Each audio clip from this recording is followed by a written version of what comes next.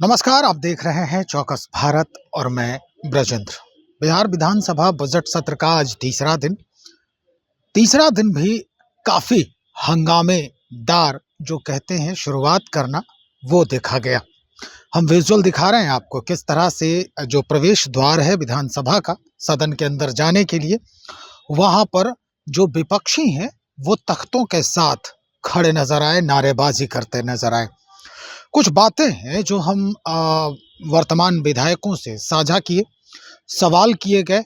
इन सवालों का जवाब उन्होंने कैसे दिया, क्या कुछ दिया, हम आपको सीधा उन्हीं की जुबानी सुनवाते हैं। सबसे पहले भाई वीरेंद्र हैं, उसके बाद लोजपा रामविलास के भी विधायक हैं जिनसे हमारी बातचीत हुई। क्या कुछ कहा उन्होंने, हम सीधा उनसे सुनवा रहे हैं आपको। जो घिसा पीटा था सरकार का, जो 5 साल पहले जो बोला गया था, जो 2 साल पहले बोला गया था, वही महामहिम राज्यपाल जो सरकार लिख कर देती है, उन्हीं बातों को उल्लेख उसमें किया गया है। कोई नई बात नहीं है, न नई कोई योजना है, सारी वही योजना है जो पूर्ववर्ती योजना है। क्या कीजिएगा सर, आप लोग आज सदन में क्या कीजिएगा? आज सदन जा रहे हैं। सदन में सरकार अगर सही ढंग से जवाब नहीं देगी तो हम लोग वॉकआउट भी करेंगे, विरोध भी करेंगे। कार्यस्थगन प्रस्ताव भी लाया है आपने? निश्चित रूप से कार्यस्थगन प्रस्ताव आया है। हम लोग चाहेंगे कि कार्य को सब स्थगन करके और उस पर बहस हो। किस मुद्दे को लेकर लाए हैं वो देख लेंगे हम लोग। बजट तो हो गया है जी। आज के सेशन में जो है सो फर्स्ट हाफ में जो है सो राज्यपाल के अभिभाषण पर धन्यवाद प्रस्ताव होगा और फिर बजट पे जो है सो बातचीत होगी। और जो हमारे राज्यपाल विपक्षी लगातार घेरने की कोशिश कर रहे हैं बजट को लेकर के, और कह रहे हैं कि जिस तरह से ये कह रहे हैं कि संतोषजनक बजट है, तो कहां से संतोषजनक है, कैसे संतोषजनक है, इस पर डिबेट की आवश्यकता है। देखिए, इस बजट में आपने देखा होगा कि दोगुनी आय जो है सो लोगों की दोगुनी होने वाली है।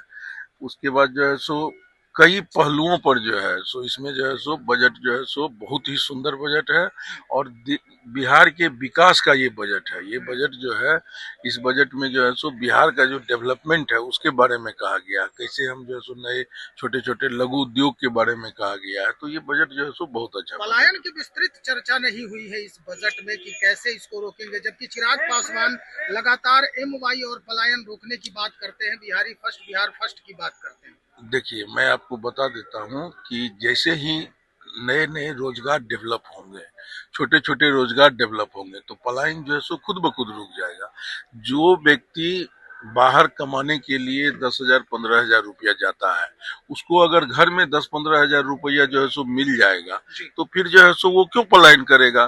तो हमारी मुख्यमंत्री जी और हमारा जो विजन है बिहार फर्स्ट और बिहारी फर्स्ट, जिसमें कहा गया है कि रोजगार के नए नए अवसर जो है सो मिलने चाहिए, तो वही जो है सो रोजगार के नए नए। हमारे कोसी क्षेत्र में आपने देखा होगा कि मखाना के बारे में जो है सो कहा गया है, क्योंकि उससे बहुत छोटे छोटे उद्योग जो है सो स्थापित होंगे, तो स्वाभाविक है कि पलायन पार्टी की तरफ से मखाना और ये लीची आम की चर्चा हमेशा होती रहती है, लेकिन उसी कोसी क्षेत्र को बिहार का शोक कहा जाता है, जो बाढ़ की स्थिति, और इस पर मुकम्मल व्यवस्था क्यों नहीं कर रहे हैं आप लोग? उस पर मुकम्मल व्यवस्था जो है, कोसी नदी है और प्रत्येक साल कोसी नदी में बहुत पानी आता है, आपको पता ही है।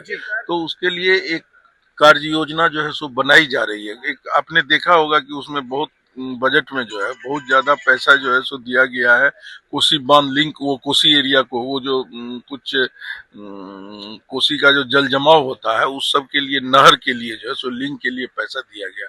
इस पर काम चल रहा है, सरकार काम कर रही है। एक सत्ता पक्ष के नेता और दूसरे विपक्ष के नेता।